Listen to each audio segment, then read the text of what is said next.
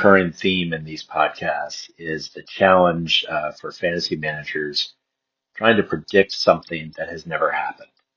I brought this up before with, I think it might have been Jackson Smith and Jigba, that someone who has never been in the top 10 as a fantasy wideout, how do you predict that they're going to be elite if they've never been in the top 10? You do if you believe in it, if the numbers show, if your research shows. But when an ADP is sitting at 12 or 14 or something like that, it's because most managers don't see it. They just don't see how someone can take that leap. They'd rather trust that someone who's done it before will do it again. Joe Flacco last night, what he was able to do, what the Bengals were able to do. And when I say what he was able to do, obviously a big part of what he was able to do was Jamar Chase. And to a lesser extent, but still important extent, T. Higgins. Something I raised when, in a podcast episode when Flacco, was traded to Cincinnati, and all of the questions surrounding, this aged quarterback who has been past his prime, it seems like, for 6 or 7 years. And then he keeps having this resurgence, on a team, and then he shows his true colors, so to speak, and, looks like he's finished, and then suddenly rebounds. This rebound was something that I couldn't predict at all. But I did raise the question a couple weeks ago, which was the one thing about Flacco that we can't predict is based on the fact that he's never had a receiver as talented as Jamar Chase. That throughout his entire career, going back 17, 18 years, whatever it is, I think since 2008, he's had many good wide receivers, no doubt about it. He's never had the best or one of the best in the game that he's throwing to. He targeted Chase last night 23 times, and Chase caught like 16 of them. That was the difference. I mean, it probably would have been a blowout loss for Cincinnati if Chase had been injured. I mean, just realistically. Chase was the difference maker, and Flacco was elevated because he was throwing to arguably the greatest or one of the greatest wide receivers in the game, and probably one of the greatest in the last 5 years.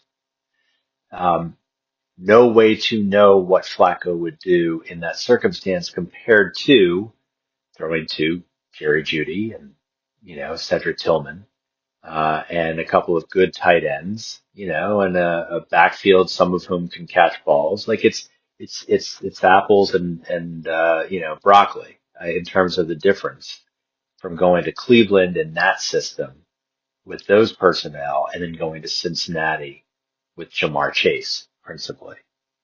And so it's a good thing. It's going to be a short episode, but it's important because the question was raised a couple weeks ago. We now see the answer. The answer is that Flacco is far better in Cincinnati than he was in Cleveland. There's a reason for that.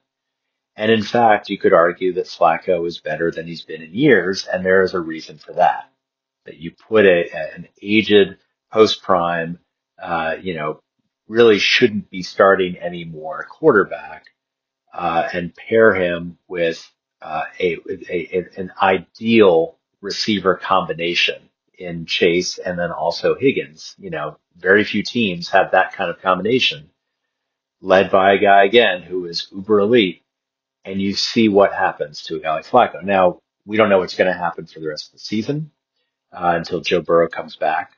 Last night might have just been a perfect storm of dominance for everybody involved.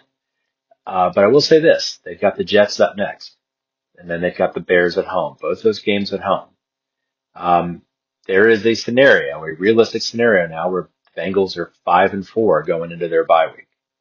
And suddenly, they're looking like a playoff contender at that point, or at least have a shot at being a playoff contender for when Joe Burrow invariably returns. In the meantime, the next time we see someone who, a quarterback, let's say, take Carson Wentz is a good example.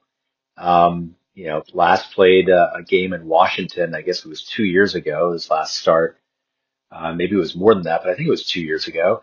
And he was washed up. Maybe it was 3 years ago. He was washed up, had no business ever, starting another game is what many people believed. And frankly, I saw the game and, I saw some of his games that season. He looked awful. But then you stick him with Justin Jefferson, and now we have a quarterback controversy between him and JJ McCarthy. We see it over and over again. You don't know how good Carson Wentz can be unless you put him with an elite receiver. And then you can start to assess, can the elite receiver elevate him enough where he can be good? And by good, it means make sure that elite receiver gets his yards, gets his touchdowns, his targets, all of that. Chase is a unique guy, and Flacco's a unique quarterback. And the fact that Flacco has been able to persevere and get to this point is a testament to his abilities. And the fact that when he was down and out, let's say in Cleveland earlier this year and looked washed up, Cincinnati saw something in him. I viewed it as, a desperate move, but they probably saw, hey, you put him, an experienced quarterback, with our elite wide receiver and our great number two, and great things are going to happen. I'm BJ Riddell, Fantasy Football for Winners. Follow me on the blog. Email me anytime. See you tomorrow.